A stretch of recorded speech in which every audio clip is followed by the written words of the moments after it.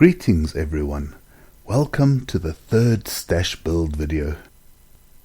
The third kit on Stash Mountain is Academy's 48 scale M60A1 Patton Tank. As usual, we'll have a look at the strong points and the weak points of the kit. On the sunny side, the kit is well molded and has very little flash. The instructions are short, concise and easy to follow. Unfortunately, the kit doesn't have much else going for it.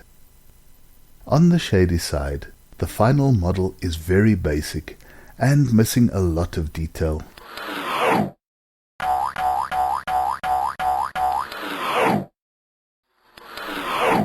While I do prefer rubber tracks which don't require a lot of work, the tracks provided were very bad and made of a type of plastic from which the paint kept flaking off.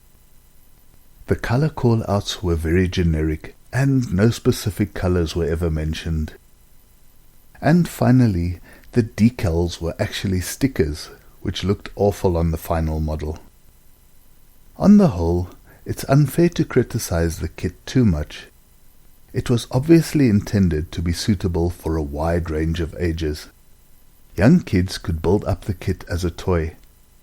They could put it together within a few minutes without using glue or paint.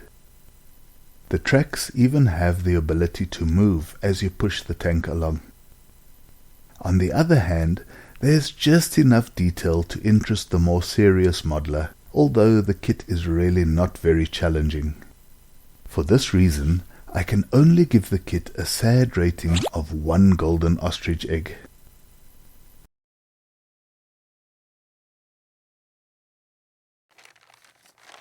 The first thing that I noticed when I opened the box was a cute origami folded note from the suppliers. The tracks were hard, thick and misshapen and needed to be straightened in hot water. The upper hull is quite detailed and I thought it would look great after a pin wash. In that same packet, there were 2 metal axles and wheel caps made of a flexible polyurethane type of plastic. The first set of sprues looked very neat and the parts would not need very much sanding. The second set of sprues had all the parts needed for constructing the wheels for the track assembly. Finally, the lower hull completes the parts count. The instructions were fairly easy to follow and showed a lot of parts that did not need to be glued if one wanted them to move later after the build was completed. The painting guide was very basic. It served more to give one an idea of what the camouflage pattern should look like. The color table was very generic and simply mentioned colors like black, brown, silver or olive green. As always, I washed the parts in warm soapy water to remove any releasing agents. I started out by building the wheels according to the instructions. Next, the turret was assembled and carefully glued, and the various parts of the hull were separated from the sprues and trimmed. Before applying the base coat to the model, I masked off all the moving parts so that they would not get clogged up with paint. I also masked off the parts which needed to be glued later. The wheels were all propped up on cocktail sticks and then taken outside with the parts of the hull and the rubber tracks to be primed in the open air. After a light base coat of fine surface primer, I left everything to dry for about an hour to give the primer coat time to cure. Once base coated, the various parts were easy to paint except for the tank tracks where the paint kept flaking off. After pre-shading with flat black, I painted the hull with Tamiya olive green. This, however, proved to be way too dark and I repainted with Tamiya NATO green, which matched the reference pictures more closely.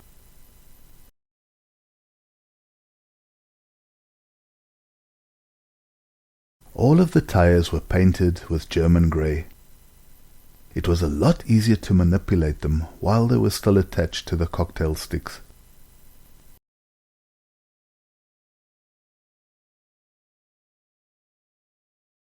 To paint the tracks, I found a plastic container which was more or less the right size and covered it with paper to protect it. At first, the inside of the tracks got a coat of Tamiya chrome silver.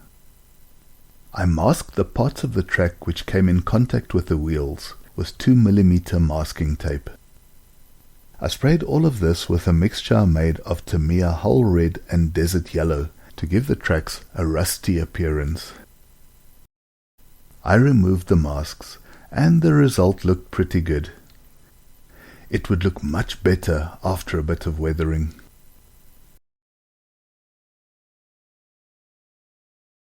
I added the wheels to the lower hull and fastened them with the wheel caps made of a softer urethane plastic. These secured the wheels while still allowing them to move.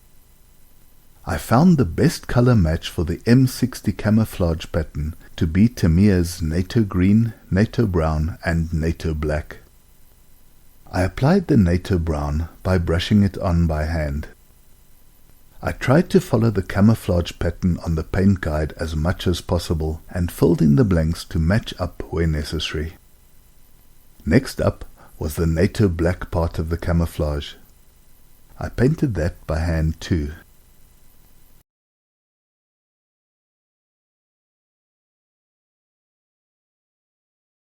While I was busy with the color, I decided to paint the black part of the tracks as well. This is the part of the track which comes into direct contact with the ground.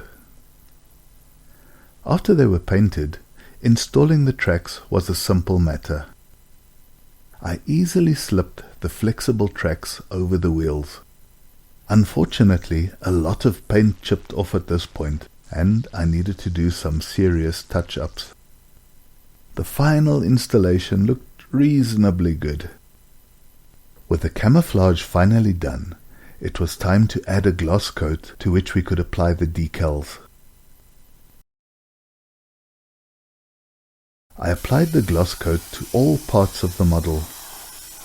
I made sure to add gloss varnish to all the seams and recessed areas to make it a bit easier to do the pin wash later. Once the gloss coat dried, it was time to apply the decals. Unfortunately, it does not mention in the instructions that these decals are actually stickers. I soaked the decals several times, but they would not budge from the backing paper. It was only after I took a closer look that I realized that these were actually stickers. So I peeled these off and applied them to the areas indicated in the instructions. After a second coat of gloss varnish to seal the stickers in, I applied a pin wash using black panel line accent color.